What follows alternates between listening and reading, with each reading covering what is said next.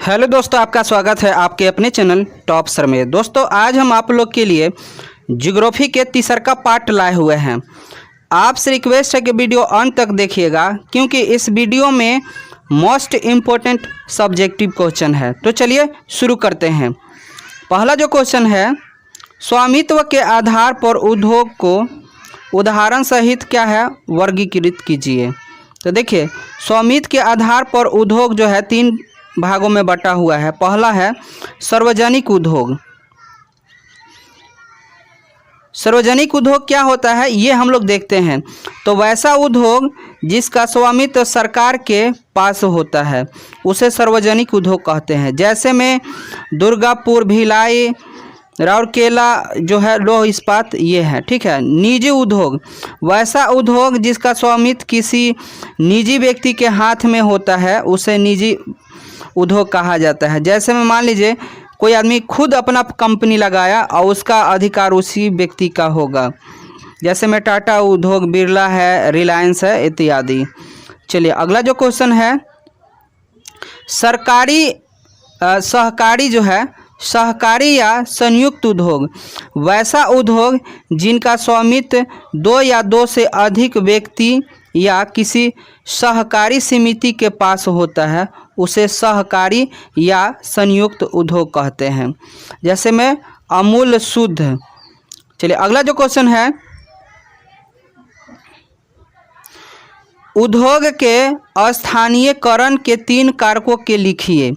तो उद्योग के स्थानीयकरण के तीन कारक जो है इस प्रकार है। पहला है कच्चा माल की उपलब्धता, दूसरा का है जल की आपूर्ति और तीसरा का है सस्ते श्रमिक की उपलब्धता।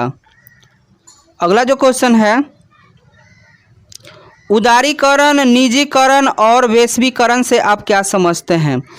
तो देखिए दोस्तों, उदारीकरण जो होता है उद्योग धंधा को लाइसेंस, टैक्स आदि के झंझट से मुक्त करना उदारीकरण कहलाता है। दोस्तों इसमें क्या होता है ना कि उद्योग है उसकी लाइसेंस होता है, उसको टैक्स देना पड़ता है, इसको हटा देना उदारीकरण कहलाता है, ठीक है। निजीकरण क्या होता है, सरकारी संपत्ति को निजी हाथों में देना निजीकरण कहलाता है। यानी देखिए आजकल दोस्तों जो है रेलवे का कुछ हिस्सा है निजीकरण हो गया है, मतलब किसी दूसरे आदमी के व्यक्ति के हाथों में दे दिया गया है, ठीक है। चलिए अगला जो क्वेश्चन है, पॉइंट जो है इसका, वैश्वीकरण, किसी देश की अर्थव्यवस्था को विश्व के अर्थव्यवस्था के साथ जोड़ना वैश्वीकरण कहलाता है, ठीक है ना। किसी देश की अर्थव्यवस्था विश्व के अर्थव्यवस्था के साथ जोड़ना वैश्वीकरण कहलाता है। चलिए अगला जो क्वेश्चन है, उपभोक्ता उद्योग किसे कहते हैं।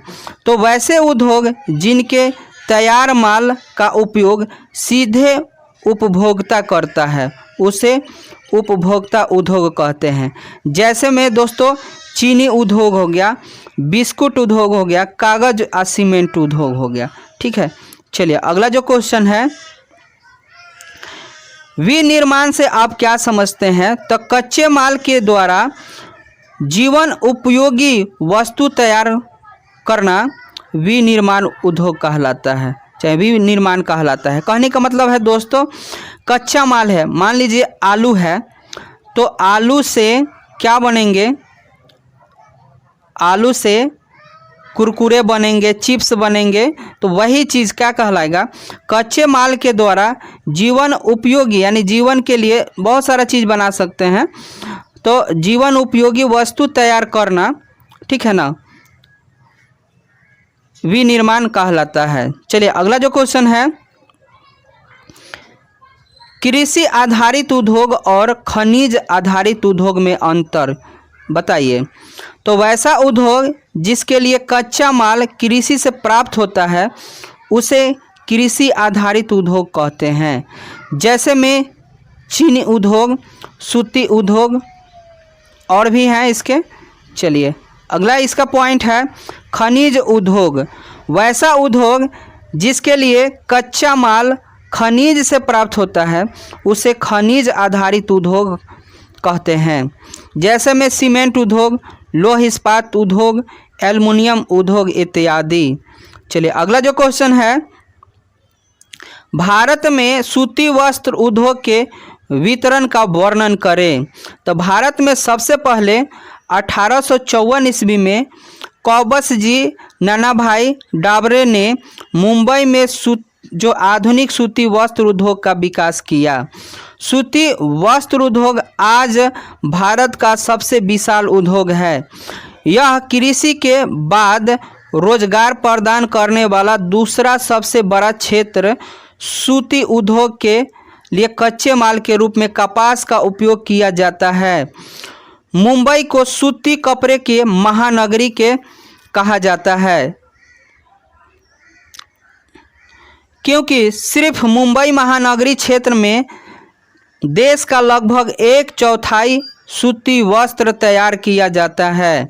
चलिए अगला जो क्वेश्चन है, भारत में सूचना एवं प्रौद्योगिकी उद्योग का विवरण कीजिए। तो देखिए, इस उद्योग को ज्ञान आधारित उद्योग भी कहा जाता है।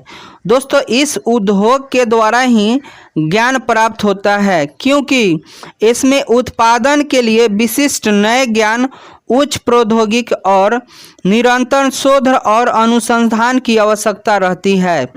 इस उद्योग के अंतर्गत आने वाले उत्पादों में ट्रांजिस्टर से लेकर television, telephone, pager, radar, cellular, telecom, laser, जैव प्रौद्योगिकी, आंतरिक उपकरण, कंप्यूटर संयंत्र, बहुत सारे उपकरणों का उपयोग किया जाता है। चलिए अगला जो क्वेश्चन है, चीनी उद्योग। भारत विश्व में गन्ने के उत्पादन में सबसे बड़ा देश है। गुड़ और खंडसारी की मिलाकर चीनी के उत्पादन में भी इसका पहला स्थान है। इस उद्योग का विश्व आधुनिक आधार पर 1903 में प्रारंभ हुआ, जब सारण जिला के मरहौरा जिला में चीनी मिल की स्थापना की गई थी। चलिए अगला जो क्वेश्चन है, सीमेंट उद्योग। इस उद्योग का आवास निर्माण एवं देश के सांचगढ़ क्षेत्र में महत्वपूर्ण भूमिका है। भारत विश्व का दूसरा सबसे बड़ा सीमेंट उत्पादक देश है। सीमेंट उद्योग के लिए कच्चा माल के रूप में चूना पत्थर, कोयला, सिलिका, एल्युमिनियम और जिप्सम की आवश्यकता होती है। भारत में पहला सीमेंट संयंत्र 1904 में चेन्नई में स्थापित किया गया था।